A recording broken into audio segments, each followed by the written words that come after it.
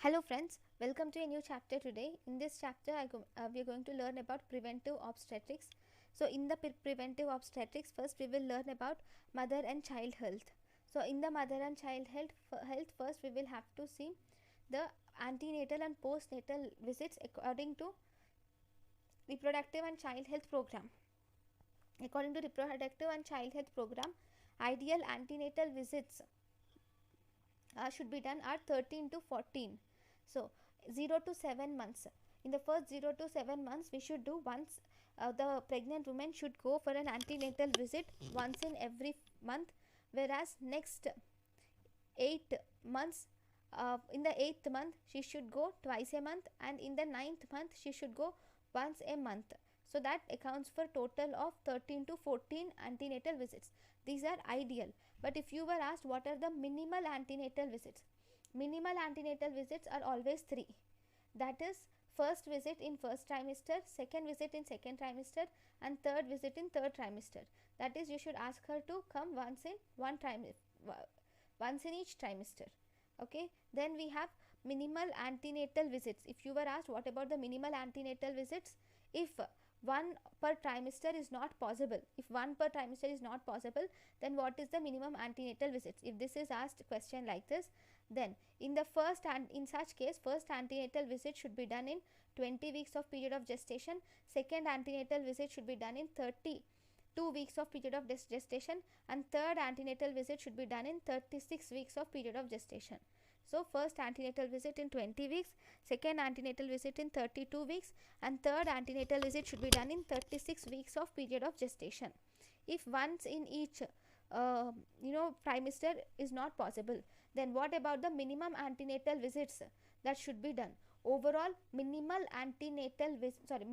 postnatal visits.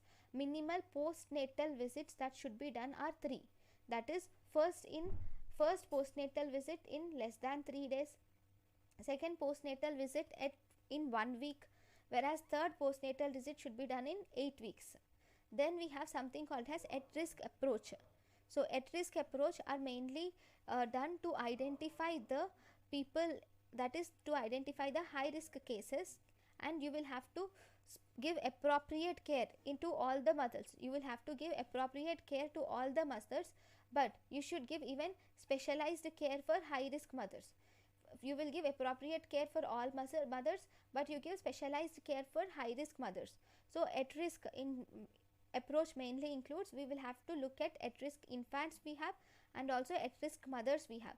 In at risk infants, we have the birth weight should be less than, if the birth weight is less than 2.5 the kg, then it is low birth weight infants. Then we will have to give special care to them.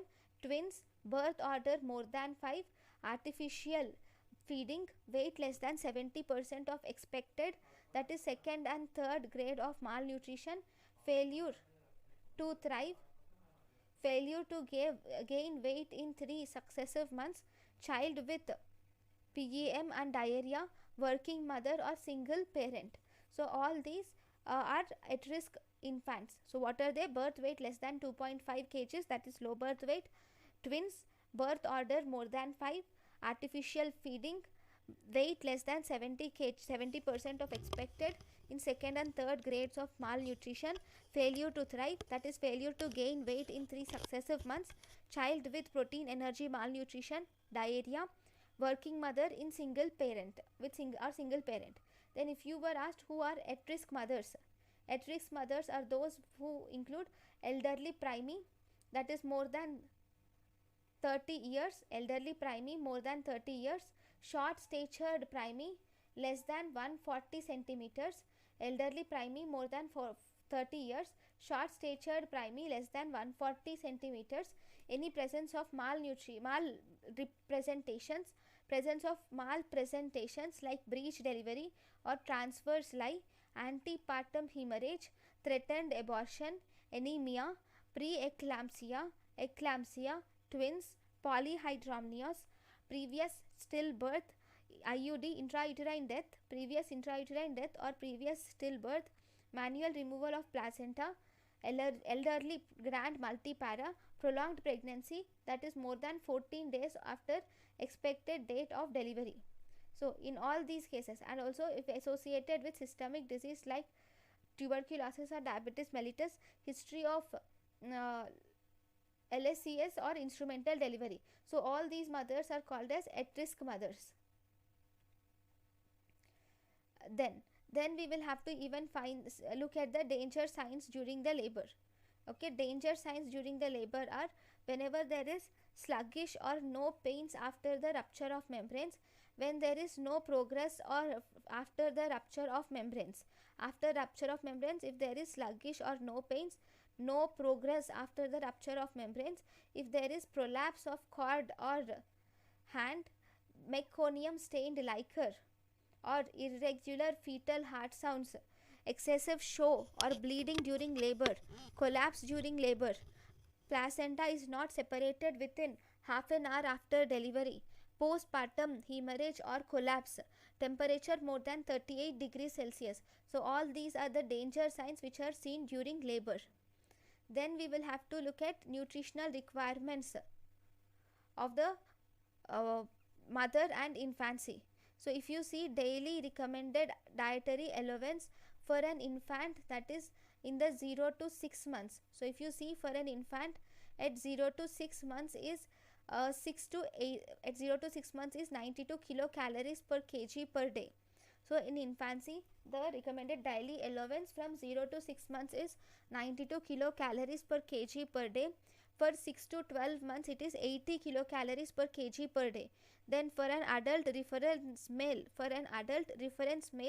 then if he is doing sedentary work, then that is 2320 kilocalories, whereas if he is doing moderate work, then that is 2730 kilocalories. If he is doing heavy work, then it is 3490 kilocalories. Then for adult reference female weight is equal to 55 kgs. Normal protein required is 555 gram per kg, 55 gram per day. Normal protein requirement is 55 gram per day. And if here in this case, if the sedentary work, she requires 1900 kilocalories. If she does moderate work, then we have to give her 2230 kilocalories. Then if she does heavy work, then she has to take 2850 kilocalories for adult reference female.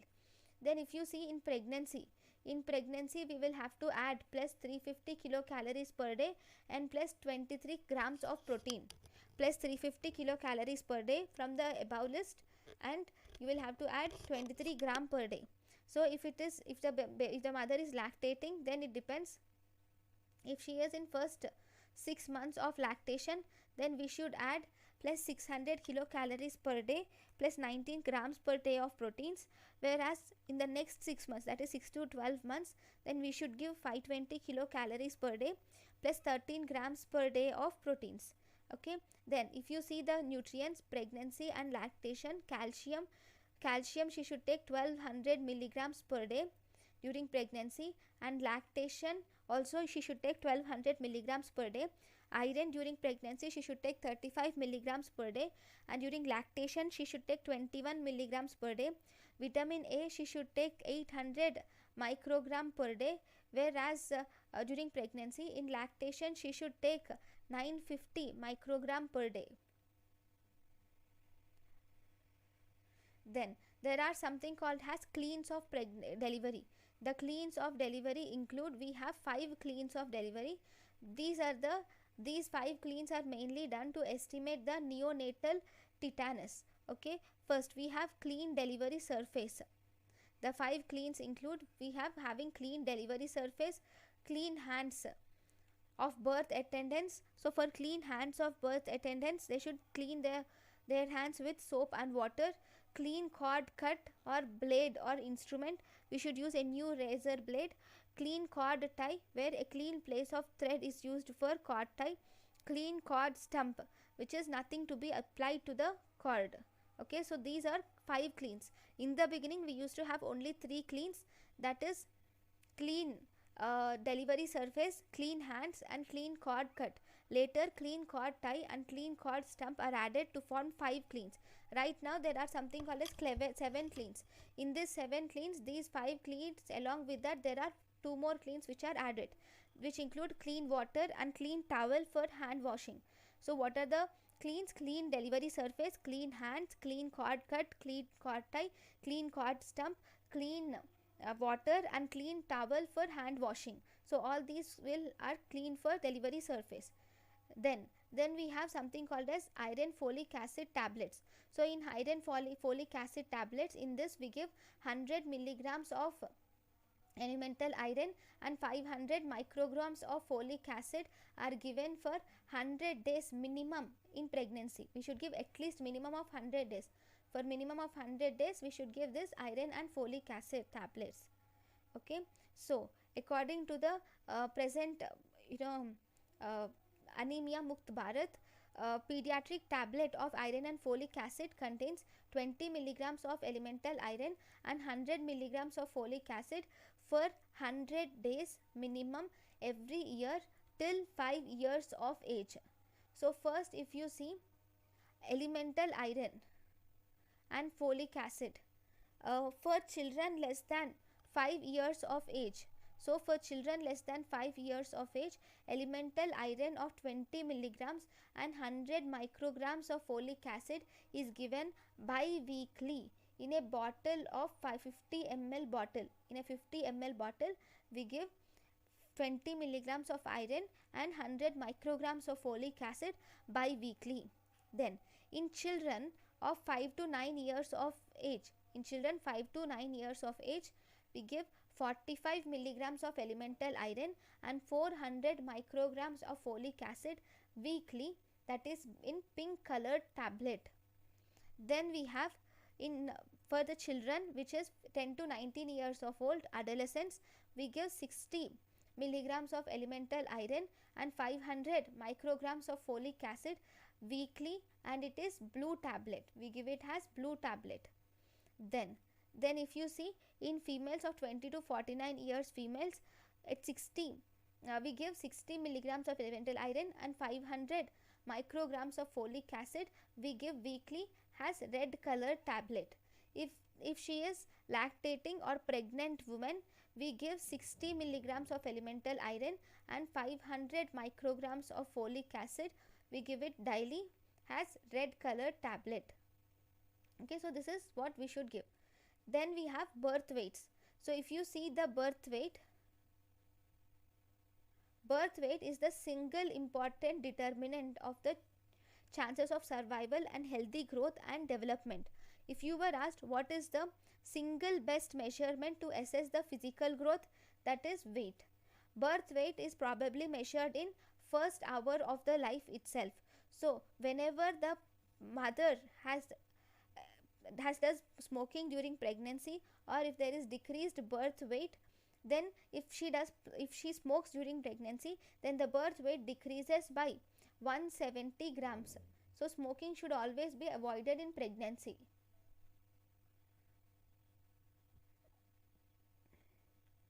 Then if you were asked relationship of mother's nutrition and birth weight of the baby, birth weight of the baby is directly proportional to the maternal nutrition. So as the maternal nutrition is good, then the birth weight will be good. So it is always a linear relationship. Then if we see low birth weight, if there is low birth weight, if the baby is born with low birth weight, no vaccine is contraindicated except hepatitis B. So this hepatitis B is actually contraindicated in preterm children with birth weight less than 2 kg. It is contraindicated in preterm children with birth weight less than 2 kg. We will contraindicate this. Hepatitis B vaccine is contraindicated. Then majority cause of low birth weight in India is maternal malnutrition. Major cause of low birth weight in India is malnutrition, maternal malnutrition, which is associated with fetal growth retardation. Then if you see low birth weight, is birth weight less than 2500 grams is called as low birth weight regardless of gestational age. Risk factors of low birth weight include malnutrition, infection, and unregulated fertility. We have malnutrition, infection and unregulated fertility. Goal for low birth weight in National Health Policy 1980 is to decrease the low birth weight to less than 2000. Okay, then if you see, we will see the MCH indicators. So MCH indicators, we have maternal infant mortality rate. In infant mortality rate is equal to number of infant deaths in a year by total number of live births in the same year into 100. In infant mortality rate, we will see number of infant deaths in a given year by total number of live births in the same year into 100 is infant mortality rate, where we see number of infant deaths in a given year by total number of live births in the same year. So in infant mortality rate, it is the second best indicator of, so infant mortality rate is the second best indicator of socio-economic development, whereas the best indicator of socio-economic development is under 5 mortality rate. Okay, infant mortality rate is the second best indicator of socio-economic development, whereas the best indicator is under 5 mortality rate. Important indicator, so if you see, we can tell that this is the second best in socio-economic development. It is the most important indicator of health status of a community. To determine the health status of a community, it is the best indicator, and it is the best indicator to assess the level of living and effectiveness of MCH services in general. It is the best predictor of state failure also. According to the goal in National Policy of Health Population Policy 2000, the low birth weight should, infant mortality rate should be decreased by 20 by 1000 per 1000 live births by 2010. In infant mortality rate now is 24 per 1000 live births, right? Next, what are the factors which are affecting the infant mortality rate? So if you see the factors affecting the infant mortality rate, we have the biological factors, that is infant mortality rate is more commonly in birth weight less than 2 kgs and birth weight more than 4 kgs. That is, in extremes of the birth weight, infant mortality rate is more common. Similarly, if age of the mother less than 19 years or age of the mother more than 35 years, that is, in extremes of age of the mother also, there is increased chances of infant mortality rate. Infant mortality rate is inversely proportional to socio-economic status. If socio-economic status is more, infant mortality rate is less. Then if you see, it is also related to birth order. Infant mortality rate is highest if birth order is 1, it is least if birth order is 2, and then it increases from birth order 3 again. Infant mortality rate is highest in birth order 1, least in birth order 2, and it increases from birth order 3 onwards again. So birth spacing is inversely proportional to infant mortality rate. If we take proper spacing of births, then it will be, the infant mortality rate decreases. Okay, in multiple births, infant mortality rate increases. Family size, because the family size is bigger, then there is infant mortality rate increases. Then higher fertility also increases infant mortality rate. As the number of children or birth order of the child increases, goes on and on, then infant mortality rate increases more. Then cultural and social factors. So breastfeeding decreases infant mortality rate. Infant mortality rate is seen in children with early weaning, and it is also seen in babies with bottle fed infants living in poor socio-economic status. So here breastfeeding is increased in bottle fed infants in poor socio-economic status, and it is also increased with weaning, early weaning. Then it is also varies with religion and caste. Early marriages increases the infant mortality rate. Early marriages increases the infant mortality rate. Then illegitimacy. If there is illegitimate birth, then infant mortality rate is higher. Untrained dai In untrained dai, there is increased infant mortality rate. Bad sanitation, this can land the baby in sepsis, leading to increased infant mortality rate. Then if you see other factors like sex of the child, infant mortality rate of girls is more when compared to that of boys. Quality of motherhood, if it is good, then infant mortality rate is low. Quality of healthcare, if healthcare quality is good, infant mortality rate is more. Infant mortality rate is low, infant mortality rate is low if healthcare is good. If there is high literacy rate, then infant mortality rate is low. Then in broken families, infant mortality rate is high in broken families. So this is about infant mortality rate. Then we have next important thing, which is called as neonatal mortality rate. So what do you see in neonatal mortality rate? This is the number of deaths of in a neonate. This neonatal mortality rate is number of neonatal deaths in a given year by total number of live births in the same year. This neonatal mortality rate can be divided into two types. We have early neonatal mortality rate, then we have late neonatal mortality rate. In early neonatal mortality rate, it is from the first 1 week, that is from 1st to 7th day, 7 days. If the death of the neonate occurs in the first 7 days of life, then that is early neonatal mortality rate. If the death of the infant occurs from 8th to 28 days of life, then that is late neonatal mortality rate. In neonatal mortality rate of boys is more when compared to that of girls. Neonatal mortality rate is 24 per 1000 live births. This neonatal mortality rate is directly proportional to the birth weight and gestational age. It is directly related to birth weight and gestational age. So what are the causes of neonatal mortality rate?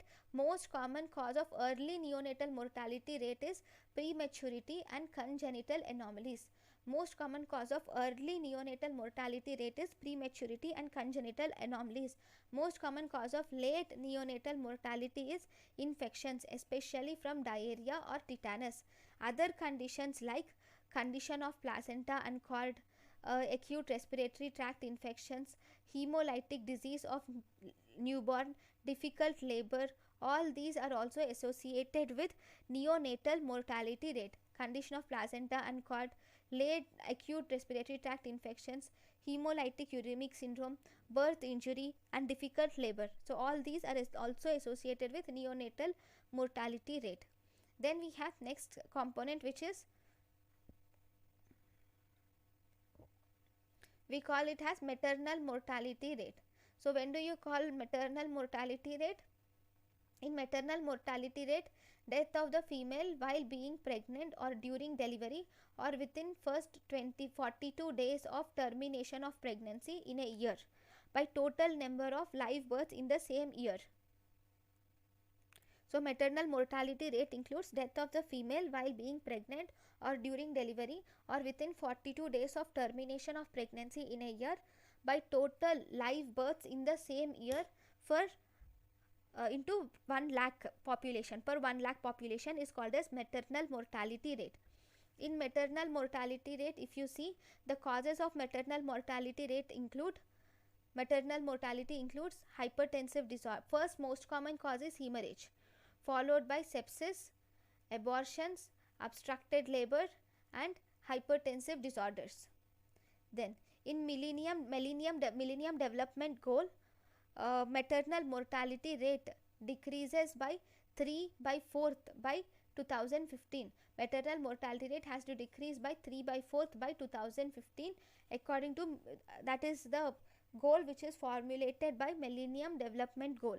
Then we have something called as RIME, which is representative resampling routine household interview for mortality and with medical evaluation. There is RIME, which is representative sampled routine household interview of mortality with medical evaluation. This is a new method which has been put forward for maternal mortality rate estimation. This new method has been introduced in India from 2013. It is an enhanced form of verbal autopsy. It is an enhanced or exaggerated form of verbal autopsy. So maternal mortality rate in India is 130 per 1 lakh live births. Maternal mortality rate is 130 per 1 lakh live births. So we have representative resampled routine household interview of mortality with medical evaluation.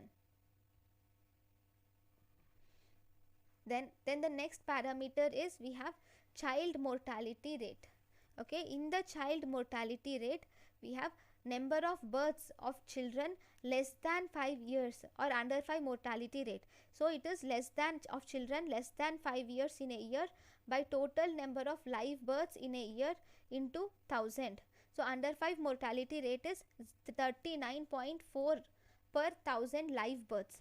The most common cause of under 5 mortality rate include pneumonia followed by diarrhea followed by malaria is the most common cause, and sometimes other causes like infection, preterm births and asphyxia are also the causes of under 5 mortality rate, right? Next we have child death rate. Child death rate is 1 to 4 year mortality rate.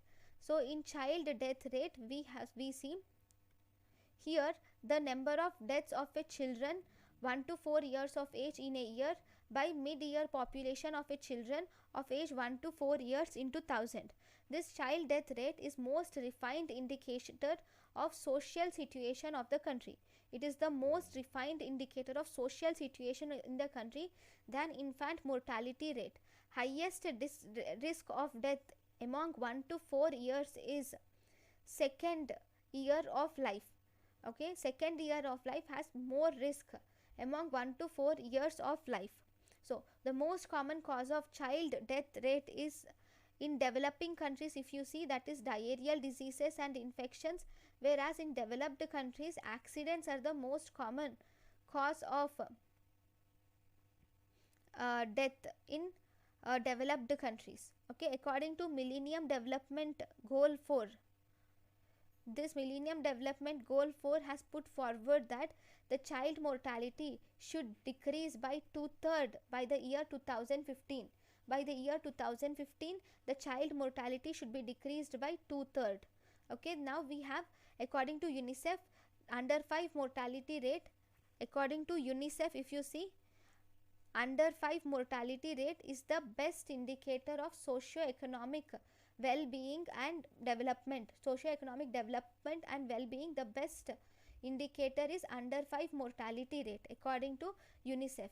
Then we have child survival rate. So in the child survival rate or child survival index, this is nothing but under 5,000 minus under 5 mortality rate is called as child survival rate.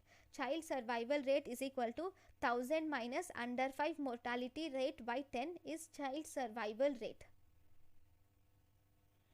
Then we have postnatal mortality rate. So in postnatal mortality rate includes number of deaths between the age group of between the 28 days to 1 year after delivery, 28 days of life. The postnatal mortality rate is the death of the babies between the age group of 28 days of life to 1 year in a given year by total number of live births in that year into 1000 gives the postnatal mortality rate. Okay, number of deaths between ages 28 days to 1 year in a given year by total number of live births in the same year into 1000 is postnatal mortality rate. Then we have to see what is perinatal mortality rate. Perinatal mortality rate indicates two things. It indicates late fetal deaths, that is stillbirths, and also early neonatal deaths. It indicates late fetal deaths and also early neonatal deaths also. So perinatal mortality rate, if you see, it indicates late fetal deaths and also early neonatal deaths. So what do you see in perinatal mortality rate? It is the number of deaths between 28 weeks of period of gestation to 7 days of life in a year. From 28 weeks of period of gestation to 7 days in a life in a year, the number of deaths that are seen by total number of live births in the same year into 1000 is perinatal mortality rate. So this will include stillbirth rate plus early neonatal mortality rate. This will include stillbirth rate plus early neonatal mortality rate. It is the major marker to assess the quality of healthcare delivery. So in post neonatal mortality rate is equal to 23 per 1000 live births. According to ICD-10, P-list has given the 100 causes of perinatal mortality and morbidity, right? After this perinatal mortality rate, we have something called as under 5 clinics. These under 5 clinics have the most common effective worker in under 5 clinics is mother. It has 5 important components. One, it has family planning at the central triangle, which is surrounded by 3 triangles, that is preventive care, care in illness and growth monitoring. The next triangle shows preventive care, care in illness and growth monitoring, and the biggest triangle is health education. So this is under 5 clinics. Then so this is about the complete mother and infant health.